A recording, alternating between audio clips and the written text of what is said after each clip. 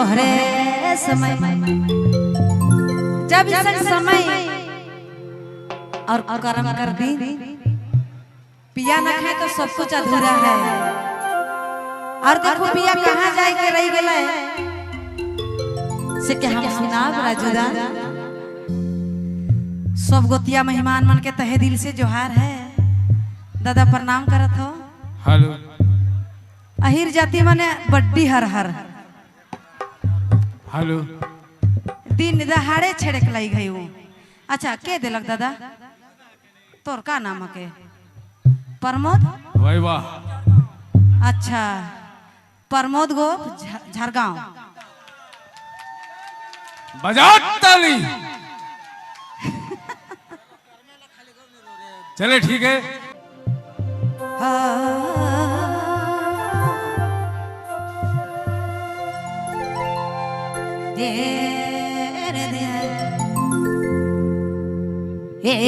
हाय रे सोनाया मथे करम जीतिया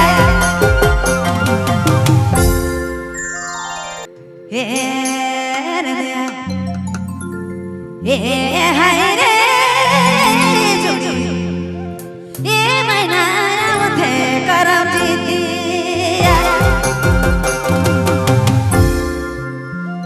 घरे ना खाए बाबू कर बाबा जोड़ी बाबू कर पापा सुनु नाम थे कर दीदी नानी नाम थे कर दीदी घरे ना खाए बाबू कर पापा सुनु नाम थे कर दीदी नानी नाम थे कर दीदी